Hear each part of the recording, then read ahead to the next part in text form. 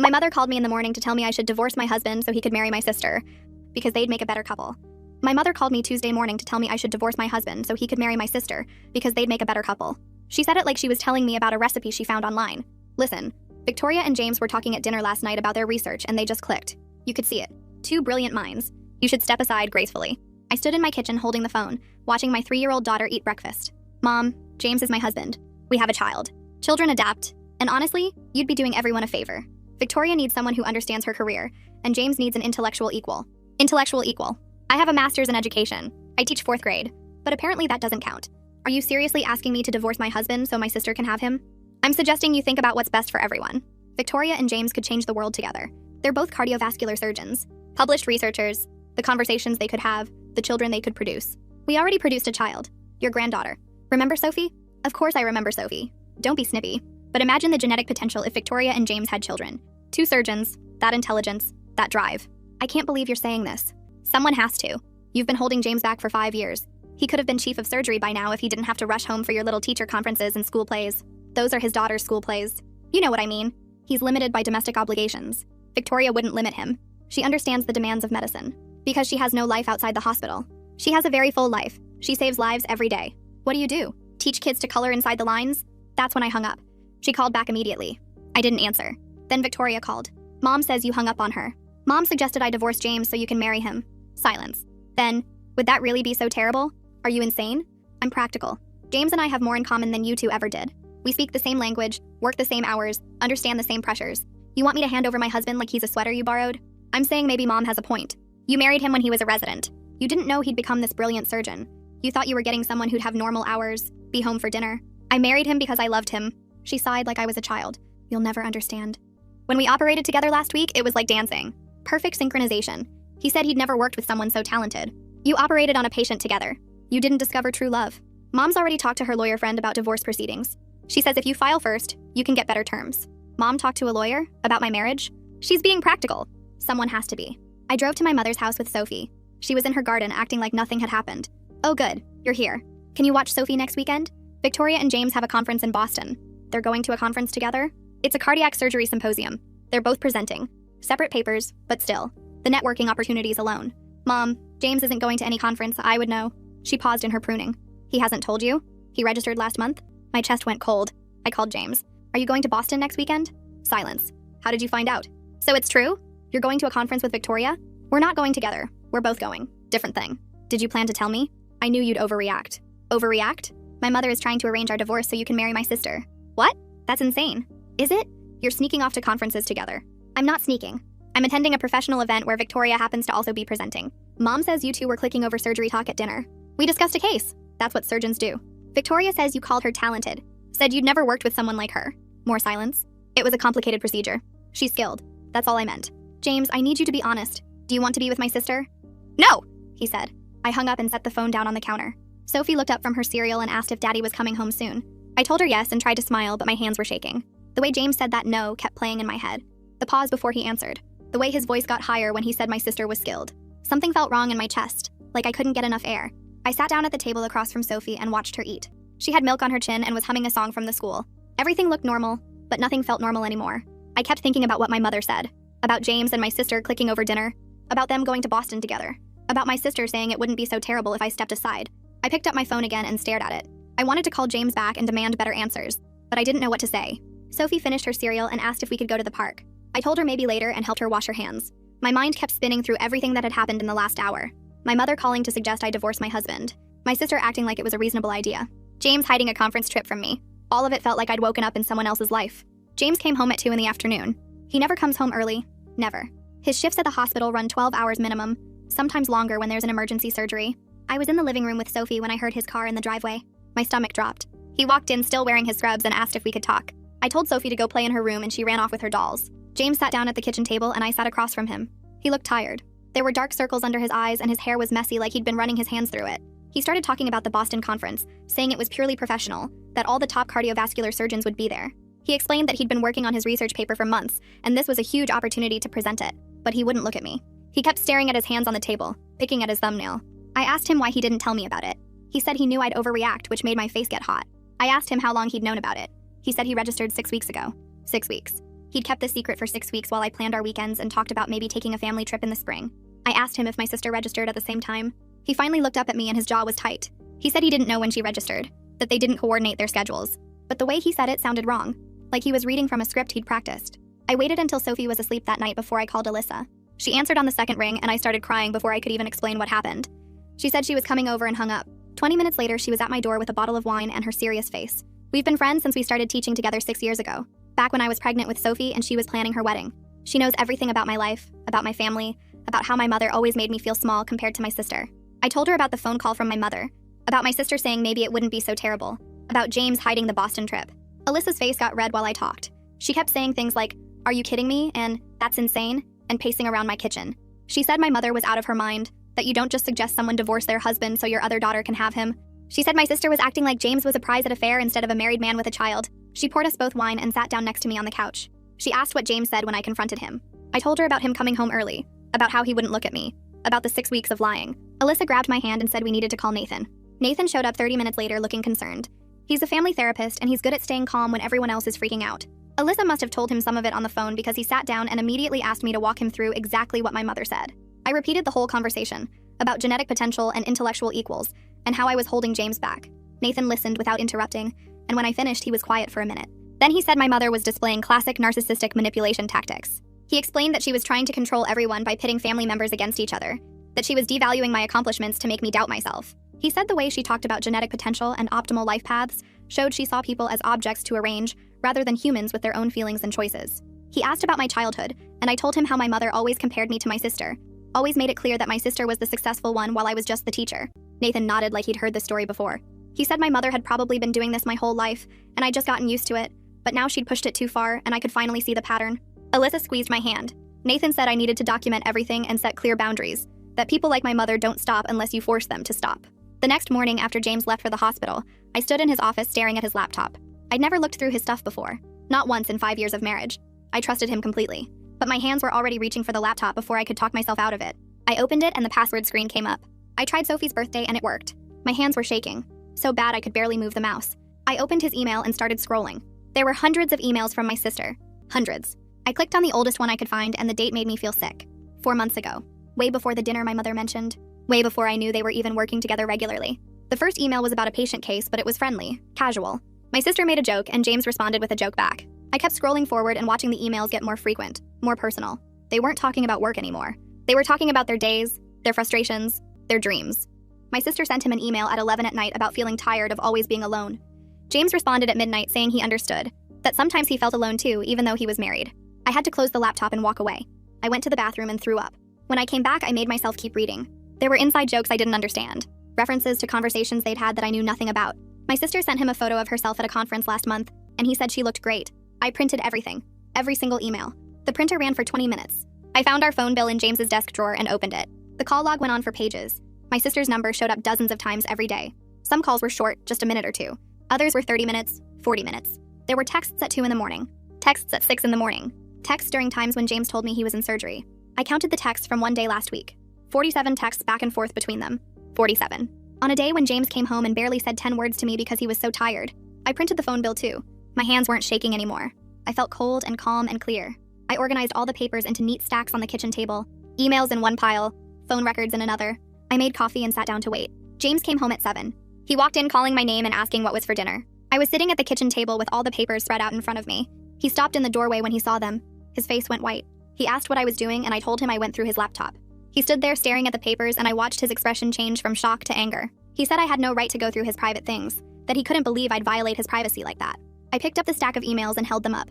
I asked him if he wanted to talk about privacy, or if he wanted to talk about the 4 months of constant communication with my sister that he never mentioned. He said those were work emails and I laughed. It came out mean and sharp. I read one out loud, the one where my sister said she felt alone and he said he felt alone too. I asked him if that was about work. He said I was taking it out of context. I showed him the phone bill. I asked him to explain the 2 a.m. texts, the 47 texts in one day, the 30-minute phone calls during his lunch breaks. He said they were friends, that they worked together, that it was normal for colleagues to communicate. I asked him if it was normal to hide it from his wife. He didn't have an answer for that. We fought for 2 hours. It was the worst fight we'd ever had. Sophie was asleep upstairs and we were in the kitchen screaming at each other in whispers. I asked him if he was having an affair. He said no, they were just colleagues and friends. I asked him why he never mentioned being friends with my sister. He said he knew I'd overreact, I asked him if he had feelings for her. He said no. I asked him again. He said it was complicated. I felt like someone had punched me in the stomach. He started talking fast, saying that he and my sister understood each other, that they spoke the same language, that it was nice to talk to someone who got the pressures of his job. He said I didn't understand what it was like to be a surgeon, to have that kind of responsibility. He said my sister got it because she lived it too. Every word felt like he was saying I wasn't enough. I asked him if he wished he'd married her instead. He said that wasn't fair. I asked him again. He said sometimes he wondered what it would be like to be with someone who understood his world. I started crying and he reached for me, but I stepped back. I told him he needed to decide what he wanted because he couldn't have both. He said he wanted our marriage, but he also valued his friendship with my sister. I told him that wasn't friendship. That was emotional cheating. He got angry then and said I was being dramatic, that nothing physical happened. I said emotional affairs were still affairs. He said I was overreacting just like he knew I would. James slept in the guest room. I heard him walk down the hall around midnight and close the door. I lay in our bed staring at the ceiling. The sheets smelled like his cologne and I wanted to rip them off and burn them. I kept replaying the fight in my head. The way he said my sister understood him. The way he admitted to wondering what it would be like to be with her. The way he got angry at me for finding out instead of being sorry for lying. I didn't sleep at all. I watched the clock change from midnight to 1 to 2 to 3. At 6, I heard Sophie's door open and her little feet in the hallway. She came into my room and climbed into bed asking where Daddy was. I told her he had to sleep in the other room because he wasn't feeling well. She asked why he didn't have breakfast with us. I carried her downstairs and made her pancakes and told her Daddy had to go to work early. She ate her pancakes and talked about her dolls and didn't notice that I was crying while I poured her orange juice. I texted Alyssa and told her I needed help. She texted back immediately saying she was coming over after school. I got Sophie dressed and dropped her at preschool and sat in my car in the parking lot trying to figure out what to do next. I went to the school and sat through the staff meeting that afternoon without hearing a single word. Verity was talking about standardized testing schedules, and I was staring at the table thinking about James sleeping in the guest room and my sister wanting to steal my husband. Someone asked me a question about parent conferences and I had no idea what they'd said. Verity looked at me for a long moment and then moved on to the next topic. After the meeting, she touched my arm and asked me to come to her office. I followed her down the hallway and she closed the door behind us and told me to sit down. She asked if I was okay and I started crying. Not quiet tears, but the ugly kind where you can't breathe right and your nose runs everywhere. I told her everything. About my mother's phone call and the suggestion I should divorce James. About finding the emails and texts between James and my sister. About the Boston conference he registered for without telling me. About the fight last night and him sleeping in the guest room. Verity handed me tissues and listened to all of it without interrupting once. When I finished, she said I could take whatever time off I needed. She said she'd cover my class herself if necessary or get a substitute. She said my job would be here when I was ready to come back. I told her I needed to work because sitting at home thinking about it would make me crazy. She nodded and said that was fine too, but the offer stood whenever I needed it. I left school early anyway and drove to my mother's house. I didn't call first. Sophie was still at preschool for another 2 hours, and I needed to do this without her there. My mother was in her garden wearing the same clothes as before, like she'd been standing there all week. She looked up when I came through the gate and smiled like she was happy to see me. I asked her about the lawyer. She kept pruning her roses and said she'd talked to someone who handled family law. I asked why she thought it was okay to discuss my marriage with a lawyer without my permission. She said someone needed to be practical about the situation. She said she was trying to help everyone find their optimal life paths. Those exact words. Optimal life paths. Like we were all pieces on a chessboard she was moving around to get the best outcome. I asked her what my optimal life path was according to her planning. She said I could find someone more suitable to my educational level. Someone who didn't need a partner who understood cardiovascular surgery. Someone who'd be home for dinner and school events. She made it sound like she was doing me a favor by breaking up my marriage. I told her if she kept pushing this agenda, she wouldn't have a relationship with me or Sophie. She laughed. Actually laughed like I'd told a joke. She said I was being dramatic and that I'd come around when I saw how much happier everyone could be. She said Victoria and James could do amazing things together, and that I was being selfish by holding him back from his full potential. She said Sophie would adjust and that kids were flexible. She said in a few years I'd thank her for helping me see clearly. I turned around and walked back to my car without saying anything else. There was no point. She'd already decided how everything should go, and nothing I said would change her mind. My sister called that evening after I'd put Sophie to bed. I almost didn't answer, but then I thought maybe I needed to hear what she had to say. She started talking immediately about how she wanted to explain her perspective. She said she understood this was hard for me, but that I needed to look at the situation logically. She said she and James were intellectual equals, and that they understood each other in ways I couldn't understand him. She said I was just a teacher. Those words exactly. Just a teacher. Like my master's degree and my career meant nothing. Like teaching fourth graders was something anyone could do. She said James needed someone who could match his intellect and his ambition. Someone who lived in his world. She said I'd married him when he was a resident and didn't know he'd become this brilliant surgeon. She said it wasn't my fault that we weren't compatible anymore, but that I needed to face reality. Then she told me that she and James had talked about what their life together could look like. They'd discussed it. Multiple times. She described conversations about where they'd live and how they'd manage their schedules and what their research could accomplish together. She said they'd talked about having kids, and what kind of genetic advantages those kids would have with 2 cardiovascular surgeons as parents. She said all of this like it was perfectly normal to plan a future with someone else's husband. Like I should understand and agree that it made sense. I was recording the conversation on my phone. Nathan had told me to document everything, and I'd set up the recording app before I answered her call. I let her keep talking. I asked questions that made her explain more. I got her to say clearly that she and James had discussed being together, that they'd imagined a whole life, that they'd talked about it multiple times over the past few months. James came home late from the hospital around 10. I was sitting in the living room waiting for him. I didn't say hello. I just pulled up the recording on my phone and hit play. His face went white when he heard my sister's voice. He tried to interrupt, but I told him to listen to the whole thing. He sat down on the couch and listened to his sister describe their conversations about a future together, about the life they'd planned, about the children they'd discussed having. When it ended, he sat there staring at the floor. I asked him if it was true. He said they'd talked hypothetically. He said nothing physical had happened. He said it was just conversation and fantasy and that it didn't mean anything. I told him emotional affairs were still affairs. He looked at me and I could see that he knew I was right. He said he was sorry. He said he didn't mean for it to go this far. He said he valued his friendship with my sister, but that he loved me and wanted our marriage. I asked him how he could say he loved me when he'd been planning a whole different life with someone else. I told him he needed to decide what he wanted. He couldn't keep our marriage while having this close emotional relationship with my sister. He had to pick one. He asked for time to think about it. That hurt worse than anything else he'd said all night. The fact that he needed time to decide between me and my sister. The fact that it wasn't an immediate choice. He saw my face and tried to backtrack, but the damage was done. He'd already shown me that I wasn't enough. That our 5 years together and our daughter weren't enough to make the choice obvious. I told him to sleep in the guest room again. He left the living room and I sat there alone listening to him walk down the hallway and close the door. The next morning, I woke up on the couch where I'd fallen asleep around 3. Sophie was already awake, sitting on the floor with her stuffed animals, and I could hear James moving around upstairs getting ready for work. He left without saying goodbye. I heard the front door close and his car pull out of the driveway. Sophie looked up at me and asked where Daddy went. I told her he had to go to the hospital early. She went back to playing with her toys and I sat there staring at nothing. My phone rang around 8. It was Alyssa. She asked how I was doing and I started crying before I could answer. She told me to pack a bag for me and Sophie and come stay with them for a few days. I tried to say no, that I didn't want to impose, but she cut me off. She said Nathan already made up the spare room and Sophie would love having a sleepover with Auntie Alyssa. I packed 2 bags while Sophie ate breakfast. I threw in clothes and toys and Sophie's favorite blanket. We drove to Alyssa's house and Sophie was so excited she bounced in her car seat the whole way. Alyssa met us at the door and hugged me for a long time. Nathan took our bags upstairs and Sophie ran after him asking if she could see her room. Alyssa made me sit down at the kitchen table and put tea in front of me. She asked what happened after we talked on the phone last night. I told her about playing the recording for James, about him admitting they'd talked about a future together, about him asking for time to decide between me and my sister. She looked mad in a way I'd never seen before. She said James was out of his mind if he thought he needed time to choose his wife and daughter. Nathan came back downstairs and sat with us. He listened to everything and then said something that stuck with me. He said emotional affairs often feel more intense than physical ones because they're built on the fantasy of what could be, rather than the reality of what is. He said James and my sister had created this perfect imaginary relationship without any of the hard parts of real life. Without sick kids or money stress or whose turn it is to do dishes. They got to have deep conversations about work and feel understood without actually building a life together. That made sense to me in a way nothing else had. The next day, Alyssa watched Sophie while I met with a lawyer Nathan recommended. The lawyer's office was in a tall building downtown, and I felt sick walking in. The lawyer was a woman around 50 with kind eyes and a no-nonsense attitude. She asked me to explain the situation, and I told her everything. About my mother's suggestion, my sister's feelings, the emails and texts, James's emotional affair, the Boston conference. She took notes and nodded and didn't look shocked by any of it. Then she started explaining what divorce would actually look like. She talked about custody arrangements and how courts decide what's best for kids Sophie's age. She explained asset division and how we'd split the house and savings and retirement accounts. She walked me through the whole process step by step. Filing papers, temporary orders, discovery, mediation, trial if we couldn't agree. It felt overwhelming and way too real. Then she said something that made my stomach drop.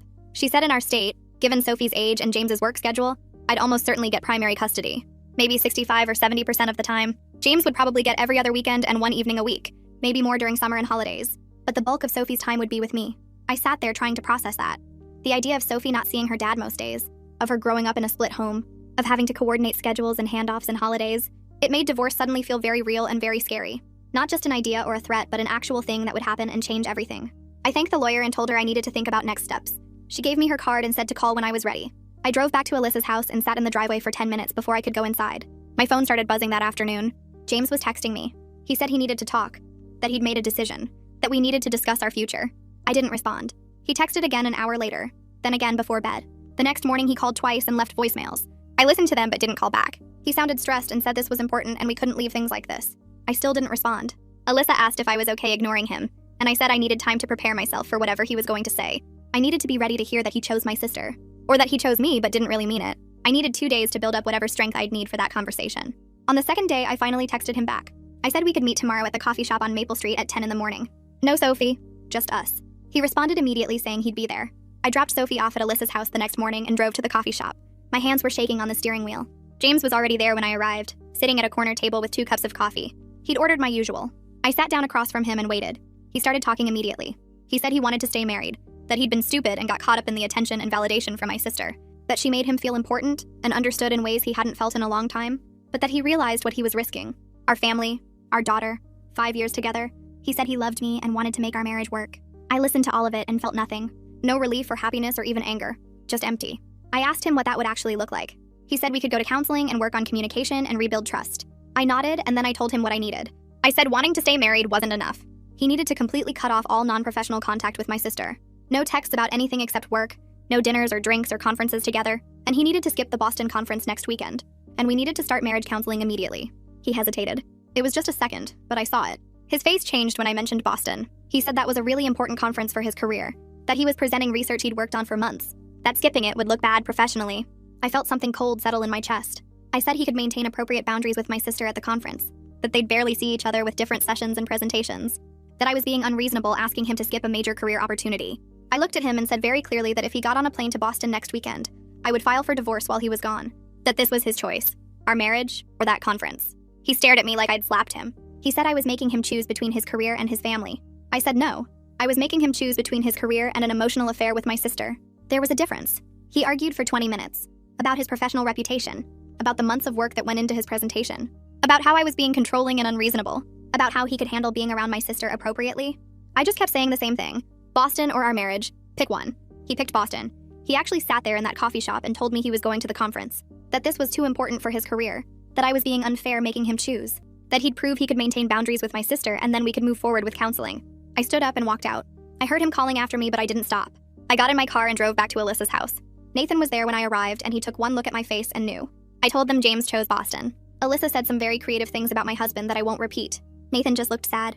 He said sometimes people show you who they are and you have to believe them. James left for Boston on Friday morning. I'd moved back home by then because I couldn't hide at Alyssa's forever.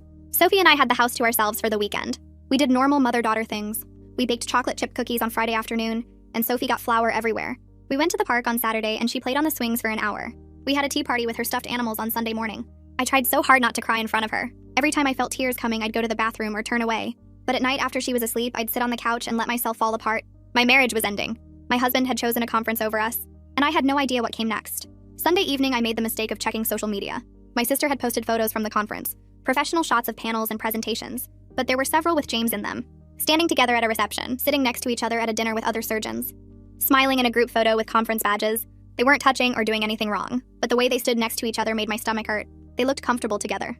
Natural. Like they belonged in the same frame. I closed the app and put my phone face down on the table.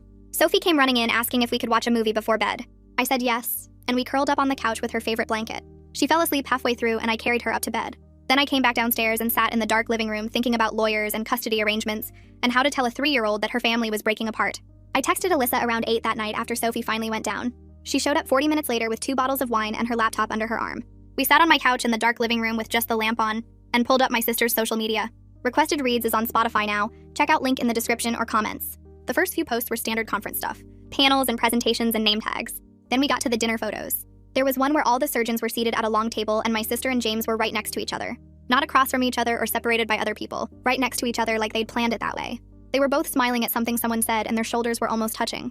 Alyssa zoomed in on the photo and we just stared at it for a minute. There was another photo from what looked like a hotel bar with a group of doctors holding drinks. My sister and James were standing together again. His hand wasn't on her or anything, but they looked comfortable. Natural. Like they belonged in the same space. Alyssa closed the laptop and poured us both more wine. We didn't talk much after that. Just sat there drinking and watching stupid reality TV until she left around midnight. James came home Monday evening around 6:30. I heard his car in the driveway and my whole body went cold. Sophie ran to the door yelling for him and he picked her up and spun her around like everything was normal. He came into the kitchen carrying her and started telling me about his presentation before he even set down his bag. How well it went. How many people came up to him afterward with questions. How the moderator said it was one of the best talks of the conference. I just stood there at the counter chopping vegetables for dinner and didn't say anything. He kept talking. About the other presentations he saw. About the networking opportunities. About how valuable the whole experience was for his career. Sophie wiggled down and went back to her toys in the living room. James finally stopped talking and looked at me. Really looked at me. I put down the knife and turned to face him. I asked him straight out if anything happened with my sister in Boston. He got very still and quiet. Then he shook his head and said nothing physical happened. Nothing physical. Those were his exact words. I asked what that meant and he said they had dinner together a few times. That they talked about the situation. About everything that was happening. I asked how many times was a few and he said 3 nights. They had dinner together 3 nights out of the 4 nights he was there. I asked what they talked about for 3 whole dinners and he looked away. Said they discussed their feelings, their situation, what it all meant. Then he told me that my sister confessed her feelings for him directly on the last night. That she told him she thought they should be together, that she believed they were better suited than we were. And he didn't shut it down. He didn't tell her to stop, or that it was inappropriate or that he was married and not interested.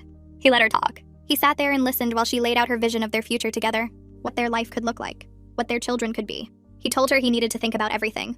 Those were his words, that he needed to think about everything. Like our marriage was something he had to consider and weigh and decide about. I told him to pack a bag and leave. He just stared at me like I'd spoken another language. He started saying we should talk about this, that we should sit down and have a real conversation, that he knew he'd made mistakes, but we could work through this. I said I was done talking, that he went to Boston despite my ultimatum, that he had dinner with my sister 3 times, that he listened to her confession and told her he'd think about it instead of ending it immediately, that there was nothing left to talk about. He tried to argue, said I was being unreasonable, that nothing physical happened so it shouldn't count as cheating, that he was confused and overwhelmed and needed time to process everything. I just kept saying the same thing. Pack a bag and leave. Pack a bag and leave. Sophie came running in asking what was wrong, and I had to paste on a smile and tell her everything was fine. James looked at her and then at me, and his face just crumpled. But he went upstairs and I heard him moving around in our bedroom. He came back down 20 minutes later with a duffel bag. He kissed Sophie goodbye and told her he loved her. Then he walked out the front door. The next morning, I had to get Sophie ready for preschool by myself, make breakfast by myself, do the dishes by myself, pack her lunch by myself, drive her to the school by myself, come home to an empty house by myself. I called in sick to work because I couldn't face my classroom, couldn't face Alyssa's worried looks, or Verity asking if I was okay. I just sat on the couch and stared at the wall. Sophie's preschool called around noon to say she was asking for her daddy, and could someone come talk to her. I drove over there and found her crying in the reading corner. The teacher said she'd been fine all morning, but suddenly got upset during story time. I sat with Sophie in my lap and told her daddy was staying somewhere else for a little while, but he still loved her very much. She asked when he was coming home and I said I didn't know. She cried harder and I held her until she fell asleep against my chest. My mother called that afternoon, said she heard James moved out, said she wanted to discuss next steps. I asked what next steps she thought there were, and she started talking about divorce lawyers and custody arrangements and how to make this transition smooth for everyone. I told her there were no next steps involving her, that she wasn't welcome in my home anymore, that she wasn't allowed around Sophie until further notice. She laughed and said I was being dramatic, that I'd change my mind once I calmed down. I hung up on her. She called back 5 times and I didn't answer. The next day I went back to work because I couldn't hide forever. I made it through the morning okay. My students were working on a math project, and I could just walk around helping them without having to actually teach. Then lunch break came and I went to the teacher's lounge to eat. I was sitting at a table by myself when someone knocked on the door. One of the office staff stuck her head in and said I had a visitor. I walked out to the main office and there was my mother, standing right there in the school lobby like she had every right to be there. She started talking immediately about how we needed to discuss this properly, about how I was making things harder than they needed to be, about how she was just trying to help everyone find their best path forward. Verity came out of her office and saw what was happening. She walked right up to my mother and asked who she was. My mother introduced herself and Verity's face went hard. She called security and told them to escort my mother off campus. My mother started arguing, but Verity cut her off, said she wasn't welcome there, that if she came back, she'd be arrested for trespassing. The security guard took my mother's arm and walked her toward the exit. She was still talking as they pushed through the doors, still trying to explain her side. Verity put her hand on my shoulder and asked if I was okay. I nodded even though I wasn't. I found Jillian Porter's name through my insurance website that night. She specialized in betrayal trauma and family dysfunction. I called and got an appointment for the next week. When I showed up to her office, she was younger than I expected. Maybe mid-30s with kind eyes and a calm voice. I told her everything. About my mother's phone call, about James and my sister, about Boston and the confession and James moving out. She listened without interrupting, and when I finished, she said something that made me start crying.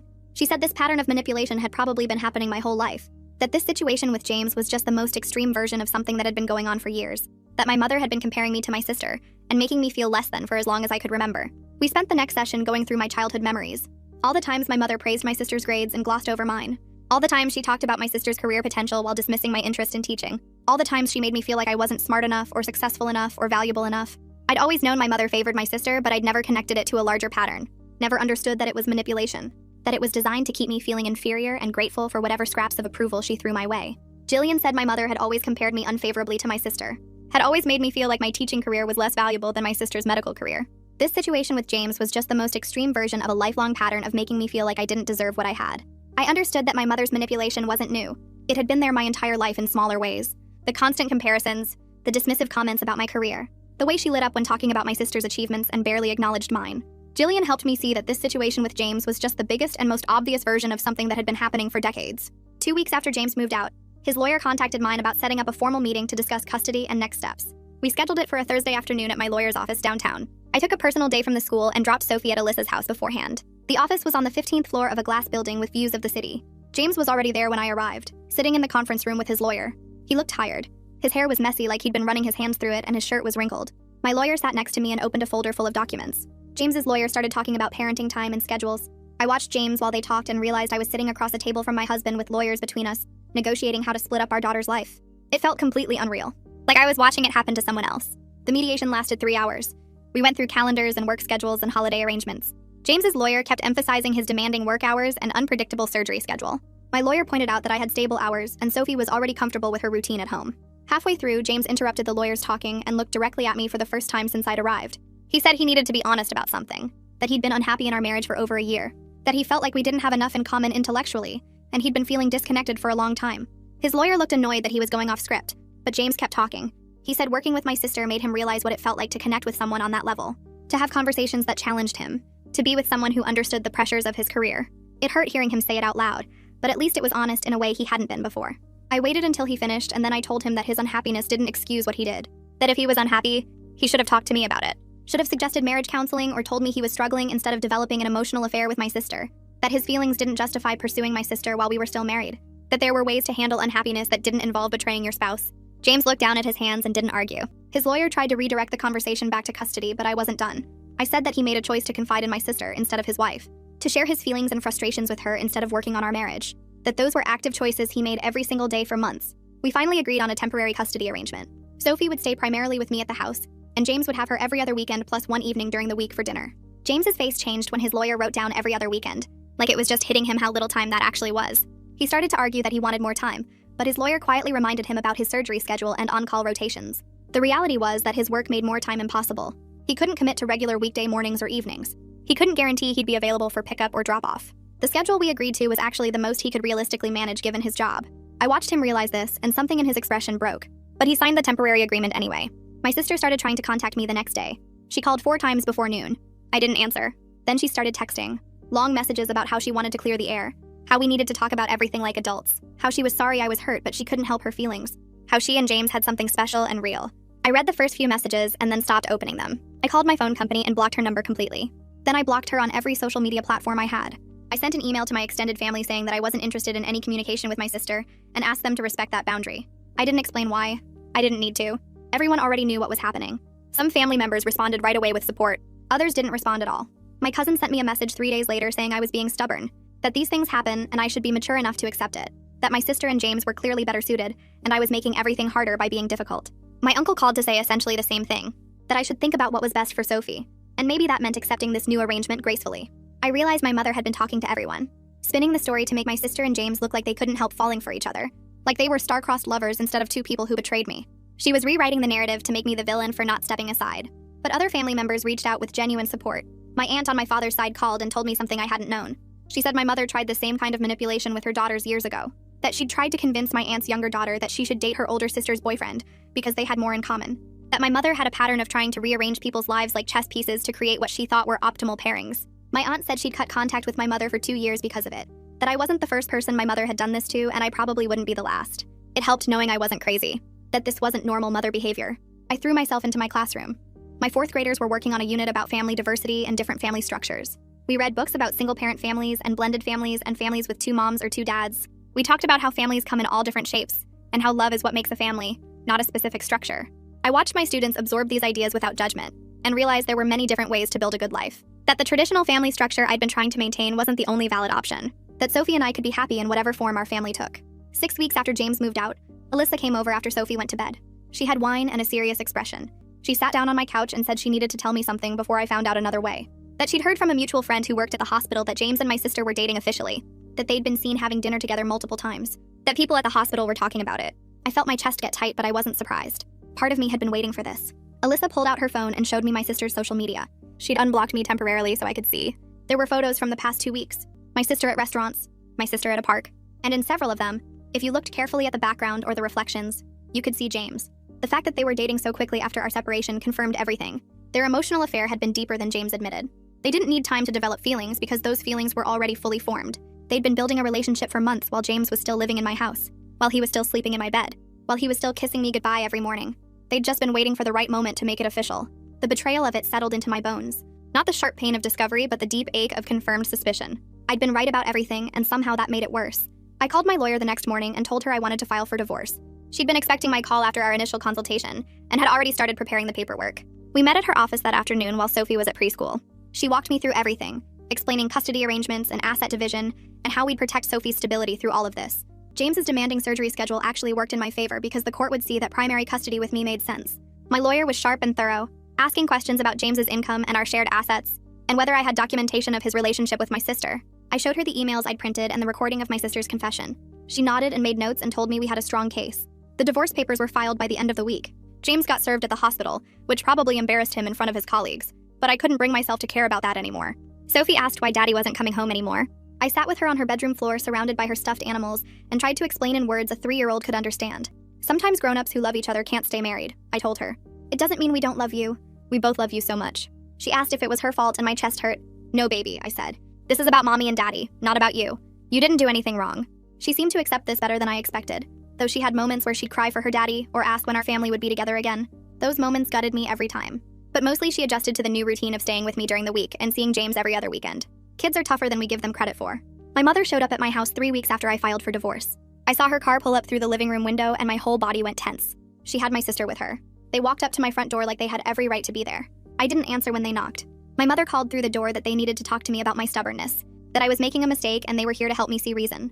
An intervention, she called it. Like I was the one with the problem. I pulled out my phone and called the police. My mother kept knocking and talking through the door about how I was being unfair to everyone, how James and my sister deserved happiness, how I should think about what's best for Sophie instead of being selfish. I stood in my hallway with the phone to my ear telling the dispatcher that my mother and sister were on my property refusing to leave after I'd told them they weren't welcome. The police arrived within 15 minutes. My mother acted shocked when the officers asked her to leave. She tried to explain to them that she was just trying to talk to her daughter about a family matter. The officers didn't care. They escorted both her and my sister off my property and warned them about trespassing. I went back to my lawyer the next day and asked about a restraining order. My mother had been calling and texting constantly despite me blocking her number. She'd started showing up at my school until Verity had security remove her. She'd even tried to pick Sophie up from preschool, telling the staff she was taking her granddaughter for the afternoon. The preschool called me immediately and didn't release Sophie, but it scared me. My lawyer filed for the restraining order that afternoon. We had the recording of my sister's confession about pursuing James. We had documentation of my mother's harassment. We had the police report from the trespassing incident. The judge granted the restraining order at the hearing 2 weeks later. My mother tried to argue that she was just concerned about her family, but the judge wasn't interested. He looked at the evidence and granted the order immediately, requiring my mother to stay at least 500 feet away from me, my home, and my workplace. I started seeing Nathan for therapy sessions to process everything with my family. Alyssa had offered to let her husband work with me at a reduced rate, and I accepted because I needed professional help understanding how my family had become so broken. Nathan explained that going no contact with family members is sometimes the only healthy choice when they refuse to respect boundaries. He helped me see that my mother's behavior wasn't normal or acceptable, that her trying to arrange my divorce so my sister could have my husband was deeply wrong, that the way she'd always compared me unfavorably to my sister and devalued my teaching career was emotional abuse. I cried in his office talking about the mother I'd wished I had, the one who would have been proud of my career and protective of my marriage. Nathan told me to grieve that mother because she never existed. The real mother I had was the one who valued status over her daughter's happiness. Accepting that reality hurt worse than the divorce. 3 months after James moved out, I woke up one Saturday morning and realized I felt okay. Not happy exactly, but stable. My life had gotten smaller in some ways without James and without my mother and sister, but it felt real. It felt like mine. Sophie and I had our routines now. Saturday morning pancakes that we made together with chocolate chips. Trips to the library every Tuesday after school. Movie nights on Fridays with popcorn and her favorite animated films. My house was quieter without James's late-night phone calls about surgeries and early morning alarms. But it was peaceful in a way it hadn't been for years. I wasn't waiting for the other shoe to drop anymore. I wasn't wondering if my husband was texting my sister. I was just living my life with my daughter, and that was enough. Verity called me into her office one Monday after school and told me she wanted to offer me an opportunity. The district was starting a new teaching initiative focused on literacy development, and they needed someone to lead the elementary school portion. She'd recommended me based on my expertise and dedication. The position came with a small raise and would involve training other teachers and developing curriculum. I accepted immediately. It felt good to have my professional skills recognized and valued. My family had never understood that teaching was important work, that shaping young minds and helping kids learn to read and think critically mattered. But Verity understood. My colleagues understood. And now I was getting the chance to expand my impact beyond just my own classroom. I started a support group for teachers going through divorce. We met twice a month at the community center near my house. There were 7 of us at the first meeting, all educators dealing with the end of their marriages while trying to maintain composure in front of their students. We shared stories and resources and just listened to each other without judgment. Helping others navigate what I'd been through gave me purpose. It helped me see my own journey with more perspective. I wasn't the only person whose marriage had fallen apart. I wasn't the only one rebuilding their life from scratch. We were all doing it together, supporting each other through the hard parts. Alyssa called me 4 months after James and I separated to tell me she'd heard through hospital connections that James and my sister were engaged. 4 months of dating and they were already planning a wedding. It confirmed what I'd known all along. They'd been more involved than James ever admitted. Those feelings were already fully formed before he even moved out of our house. They'd just been waiting for the right time to make it official. Some of our extended family members were uncomfortable with how fast they'd moved, Alyssa said. But my mother was thrilled and already planning their wedding. Of course she was. This was exactly what she'd wanted from the beginning. Her 2 successful surgeons getting married and producing genetically superior children. I felt nothing when Alyssa told me. No anger, no sadness, just a distant sense that this was happening to someone else's ex-husband and sister. I focused on building a life that looked like what I actually valued instead of what my family thought I should value. Sophie and I created new traditions. We planted a small vegetable garden in the backyard, and she helped me water it every evening. We started having dinner with Alyssa and Nathan and their kids every Sunday. We volunteered at the animal shelter on Saturday afternoons, walking dogs and socializing cats. I decorated our house the way I wanted without worrying about James's opinions on furniture or paint colors. Sophie picked out new curtains for her room covered in stars and planets. We made our space feel like home in a way it never quite had when I was trying to maintain the perfect surgeon's wife household. This life was smaller and quieter, but it was authentic, and it was ours, and that mattered more than any fantasy about genetic potential or intellectual equals my mother had tried to sell me. Alyssa and Nathan started showing up every week for dinner with their kids, and somewhere along the way, Sophie stopped calling them by their names and started saying Auntie Alyssa and Uncle Nathan instead. Nobody made a big deal about it or had some formal conversation. It just happened naturally because they were the ones who showed up consistently, who remembered Sophie's favorite foods and brought her little presents for no reason, and asked about her day at preschool like they genuinely cared about the answer. They came to her dance recital when James had to work late. They took her to the zoo on a Saturday when I had to finish report cards. They were there in all the small, regular ways that grandparents and aunts and uncles are supposed to be there, and Sophie felt safe with them in a way she never quite did with my mother or sister. I watched my daughter bloom with that kind of steady, reliable love from people who valued her for exactly who she was, instead of some idea of genetic potential. The divorce was finalized on a Tuesday morning 6 months after James moved out. I sat in the courtroom wearing my favorite blue dress, and when the judge signed the papers, I felt this huge wave of relief wash over me instead of sadness. I was free from a marriage where I spent 5 years feeling like I wasn't smart enough, or accomplished enough, or interesting enough to be a real partner. James looked tired and sad across the courtroom, and I felt sorry for him in a distant way, but mostly I just felt grateful it was over. My lawyer walked me out afterward and congratulated me, and I realized she was right to do that, because this was something to celebrate even if it didn't feel traditional to think of divorce as a good thing. I bought a smaller house 3 months after the divorce was final. It was a cute little 2-bedroom place with a big backyard and enough room for me and Sophie without feeling empty. James helped with the down payment as part of our settlement, which was fair since he made so much more money than I did. I spent weeks decorating it exactly how I wanted without worrying about whether James would think my choices were tasteful or sophisticated enough. I painted Sophie's room lavender because she loved purple.